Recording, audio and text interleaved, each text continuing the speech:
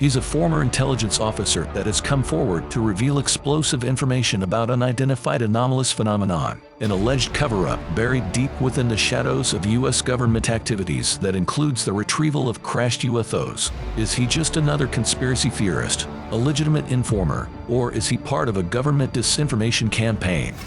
In this episode, we explore this whistleblower's background, examine the legitimacy of his claims, and at the end, we reveal the legal implications that no one else seems to be talking about.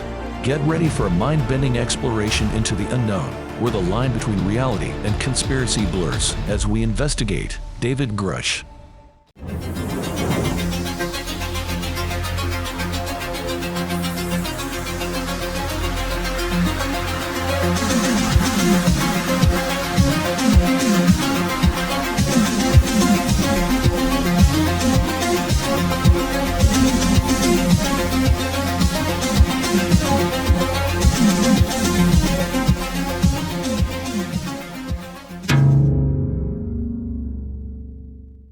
In 2017, a New York Times article written by Leslie Kean and Ralph Blumenthal revealed that the U.S. government was actively investigating unidentified flying objects or UFOs, now utilizing the acronym UAP, which stands for Unidentified Aerial or Anomalous Phenomenon. The program was largely revealed by former Army Counterintelligence Special Agent and DoD Intelligence Officer Luis Elizondo and investigated primarily military encounters such as the now famous encounter by Commander David Fravor near the USS Nimitz in 2004 with a tic-tac-shaped object, as well as a gimbal-shaped object that flew near the USS Roosevelt in 2015, both of which appeared to defy the known laws of physics and exhibited unbelievable capabilities.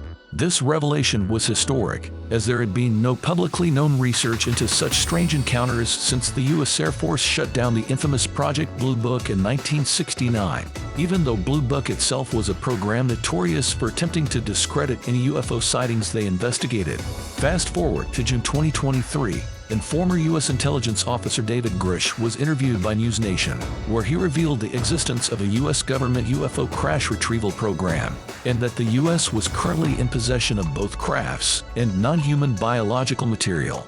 In this unbelievable interview, Grusch unfolds a narrative that challenges the boundaries of our understanding as well as our place in the universe. Grusch's claims included not only close encounters with UAPs, but also the lengths the government undertakes to maintain the UFO cover-up. When asked how long this program and associated activities have been in existence, Grusch stated that it has been happening for decades, and not just in the US. Grusch noted that he received information related to a UFO that crashed in Italy in 1933, and that the US worked with the Vatican after World War II to help them retrieve the craft and bring it to the United States. Since then, Grusch claims we have been involved in a multi-decade Cold War involving the U.S. and its near-peer adversaries in trying to understand the UFO phenomenon while also trying to reverse engineer UFO technologies.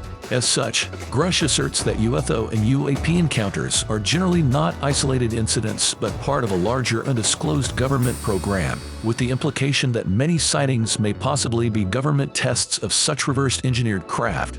Further, his claims suggest a systematic effort to keep the public in the dark, raising questions about the extent of government involvement in extraterrestrial affairs, as well as government overreach when it comes to maintaining secrets.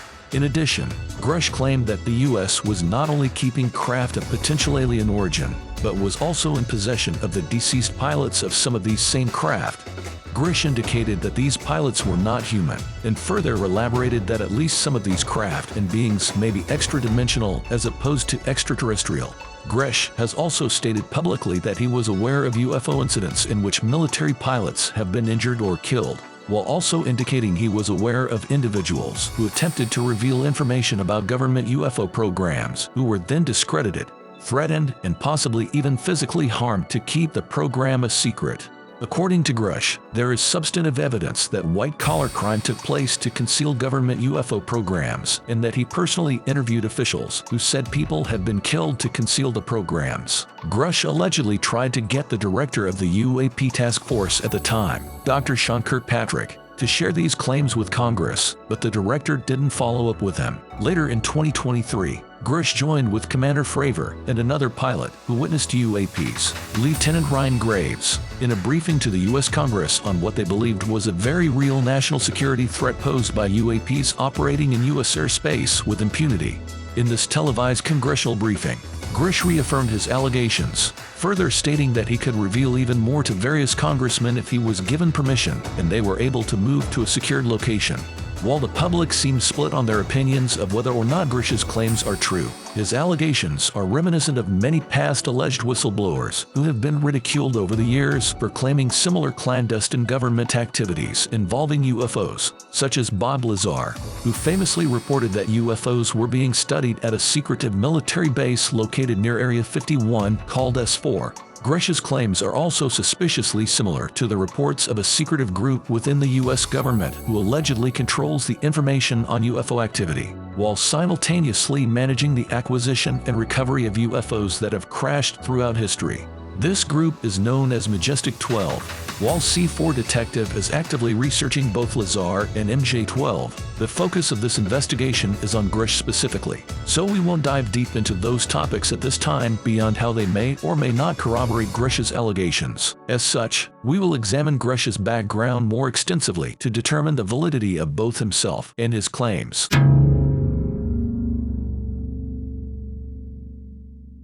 So who is David Grusch, and how can we measure the truth of his allegations?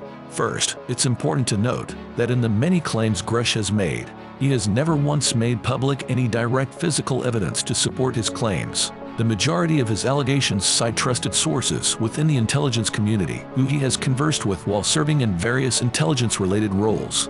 Whenever asked for more details, he simply says he cannot reveal them due to classification, or he states he can reveal the information if given permission while inside of a SCIF, or sensitive compartmented information facility. There is also some indication based on Grusch's claims that he may have been enamored with the UFO topic long before coming forward, with some claiming Grusch had been previously associated with UFO researchers like Dr. Stephen Greer. While these things don't necessarily discredit Grusch if true, it may be viewed by some that such information could point to a reason why Grusch has come to such fantastic conclusions when there may be other explanations for what he has been told. As the old saying goes, to a hammer, everything looks like a nail. Additionally, there are some who believe Grusch is just another government disinformation agent, as we do know that agencies such as the Air Force Office of Special Investigations deliberately fed disinformation to UFO researchers in the 80s and 90s in order to mask real classified projects underway at the time. That said, investigating Grusch's background reveals a complex narrative itself. While he presents himself as a key player in government activities related to UAPs, skeptics question the consistency and verifiability of his personal accounts, pointing to his supposed evidence as being hearsay and anecdotal at best. Therefore, comparisons with other whistleblowers, such as Lazar, may actually be useful. Speaking specifically to Grusch's professional background, he was indeed a commissioned officer in the U.S. Air Force Reserves and Air National Guard for a total of 14 years, achieving the rank of Major. Grusch's occupational specialty was intelligence, and he also served in various active duty assignments throughout his military career, with his most recent position seemingly being a reserve assignment at the U.S. Air Force Academy in Colorado. At this same time, Grusch seemed to also be serving as a civilian intelligence officer for the National Geospatial Intelligence Agency, or NGA. This dual military/civilian role that seemed to complement each other is common for military reservists, especially those in the intelligence field. As a civilian, Grusch was promoted relatively quickly by federal standards, achieving the civilian pay grade of GG-15, which has a similar pay and responsibility equivalent to a military colonel. He was assigned as a senior intelligence requirements officer, in which one of his duties became unknown object analysis, which he claims required reporting to the UAP task force, a task force which eventually came to be known as the All-Domain Anomaly Resolution Office, or ARROW. While C4 Detective has been able to confirm most of this, Grusch also claimed that in 2019 he reportedly served as the liaison officer to the UAP task force while in an active duty military capacity working for the National Reconnaissance Office, or NRO. Grusch stated that he was tasked by the UAP task force director specifically to identify all special access programs, also known as SAPs, specifically involving UAPs, in order to satisfy the task force's congressionally mandated mission. It was in this role where Grusch claimed he made contact with numerous trusted intelligence insiders who revealed the existence of the UFO crash retrieval and reverse engineering program, and that it has been going on for decades, but Grusch was denied further access. According to Grusch, it became immediately apparent to him that this alleged program was not being properly reported to Congress and was not under the purview of the normal intelligence oversight regulations in place. Grusch gathered further information regarding other individuals who attempted to come forward and who were threatened or otherwise silenced in order to protect the secrecy of the program. Being an intelligence officer, Grusch supposedly understood the reasons for both national security and protecting classified information. However, Grusch claims that neither was done properly, and he began speaking out about this within the task force. According to Grusch, this resulted in him being harassed by individuals inside the intelligence community, resulting in his need to become a whistleblower, reporting what he learned to the DoD Inspector General. In examining his claims, C4 detective became aware of several so-called UAP task forces that existed within specific military branches, even before the DoD-level task force itself became publicly known. Unfortunately, there are some indications that the details of these early task forces are still classified, so we cannot reveal anything further on them.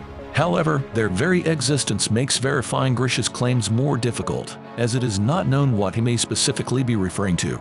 After reviewing several of Grusch's interviews, we believe he is referring to the short-lived DoD-level Joint Task Force that was created after Luis Elizondo came forward, resulting in a 2017 New York Times article. Unfortunately, we cannot confirm that Grusch was formerly a part of this particular task force. At the time of his alleged involvement, the task force itself was very small and primarily consisted of specific DoD employees, as Arrow does now. However, Grusch was working with the NRO at the time.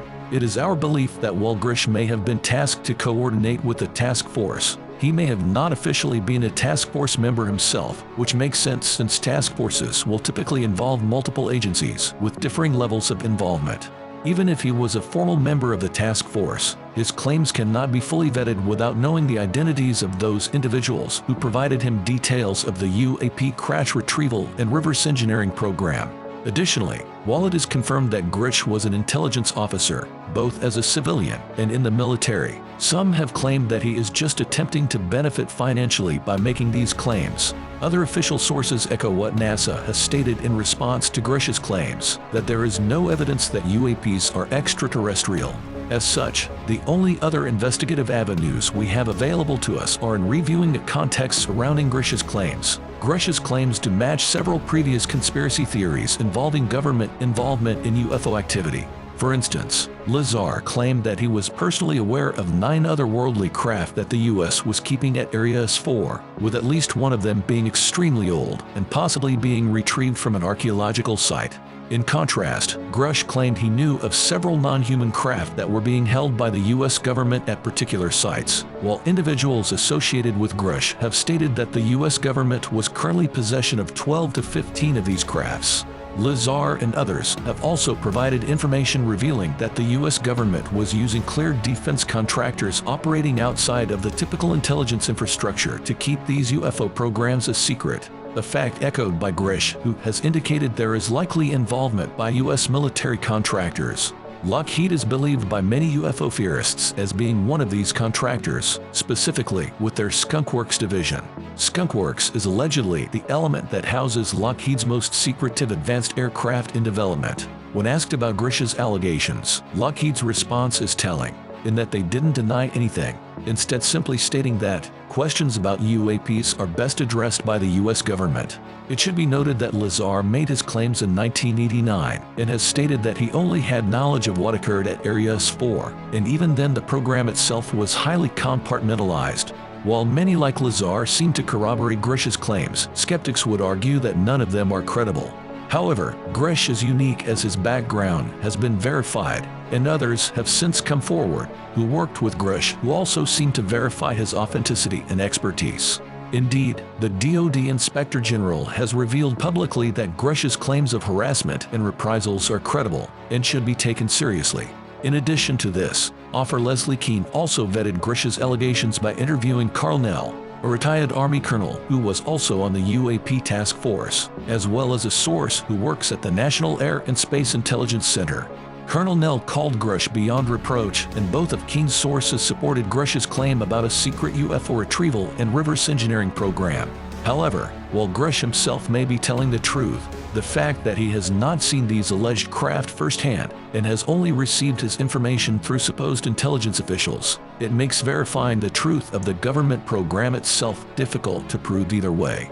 With that in mind, C4 Detective has received information that Grusch was denied access to something involving UAP research. This very fact seems to corroborate at least part of Grusch's claims of a secretive government program outside the normal intelligence process, as both ARROW and the UAP task force that preceded it was authorized by Congress to receive any and all information, indicating that this alleged program may be illegal.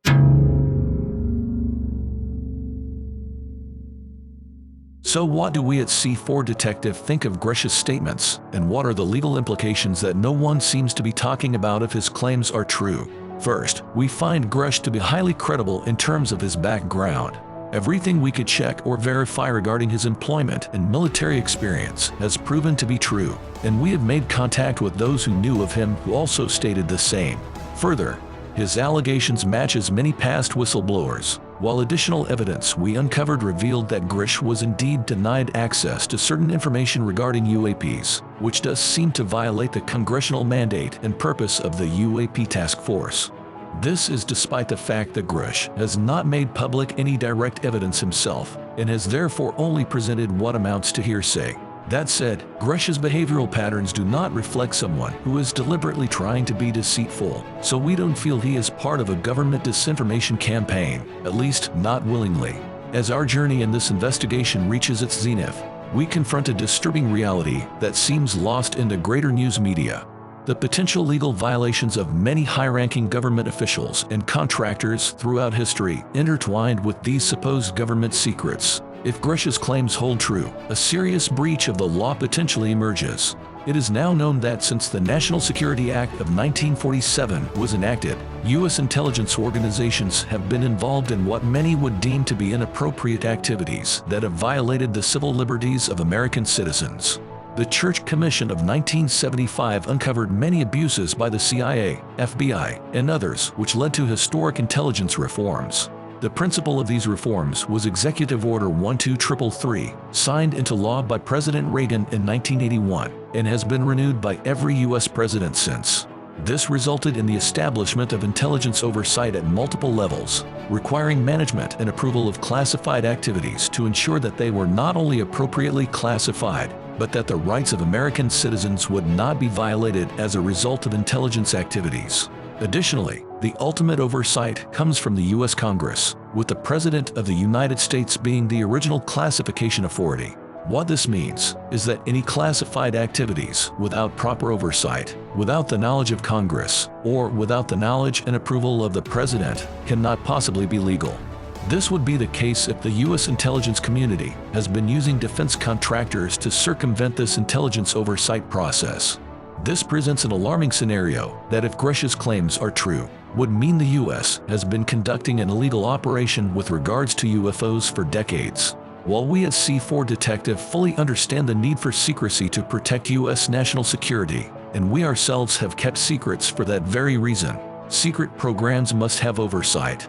This oversight is not only to ensure proper secrecy from adversaries, but also to ensure associated activities are appropriately managed and reviewed while ensuring that the freedoms of the American people are maintained. In conclusion, ARROW is now authorized by law to receive any and all information, classified or not, related to UAPs.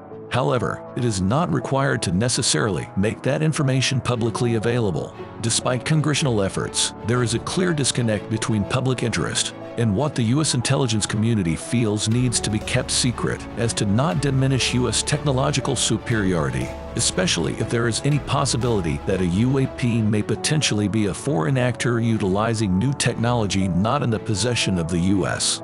Based on this and what we know about the classifications of U.S. research and development projects into new technologies, it is our belief that if UAP evidence was obtained by ARROW that was definitive and credible, clearly showing an actual craft of some kind that demonstrated abilities exceeding current U.S. capability, then that evidence would likely be classified as top secret until the technology could be copied or revealed as a hoax. However, even if it remains classified, the information must have the appropriate intelligence oversight mechanisms in place, or else it is, by the letter of the law, an illegal operation. Thanks for watching, and thanks to our subscribers who have helped this small channel grow in such a short time. We still have a long way to go, so please, if you haven't already, click that subscribe and like button, and feel free to share this video. Help us get to 100,000 subscribers, because when we do, we plan on revealing a special surprise for all of you. Do you have a suggestion or evidence you want to provide to us? Contact us and let us know. And if you like UFO topics, check out one of these other C4 detective videos. Until the next investigation, this is the Everyday Veteran signing off.